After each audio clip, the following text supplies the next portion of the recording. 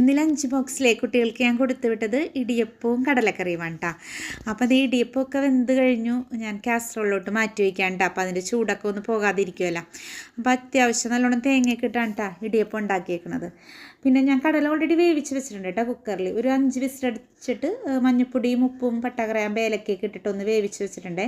ഇത് വളരെ സിമ്പിളായിട്ട് ഉണ്ടാക്കുന്ന ഒരു കടലക്കറിയാണ് കേട്ടോ. പെട്ടെന്ന് നമുക്ക് രാവിലെയൊക്കെ ടൈം കുറവായിരിക്കുമല്ലോ. അപ്പോൾ പെട്ടെന്ന് ഈസി ആയിട്ട് ഉണ്ടാക്കാൻ പറ്റിയ വളരെ സിമ്പിളായിട്ടുള്ള കടലക്കറിയാണ്. അപ്പോൾ ചട്ടിയിൽ വെളിച്ചെണ്ണ ഒഴിച്ചിട്ട് സവാള, പച്ചമുളക്, വേപ്പില, വെളുത്തുള്ളി, ഇഞ്ചിയൊക്കെ ചതച്ചതും കൂടി ഇട്ടിട്ട് ഒരു മസാലക്കൂട്ട് ഒരു മിക്സി എടുത്തിട്ടേ മുളക് പൊടി, മഞ്ഞൾപ്പൊടി, മല്ലിപ്പൊടി, ഗരം മസാല, പെരിഞ്ചീരകമൊക്കെ ഒന്ന് ഇത്തിരി വെള്ളം ഒഴിച്ച് മിക്സിയിൽ അരച്ച ഒരു കൂട്ടാണ് കേട്ടോ.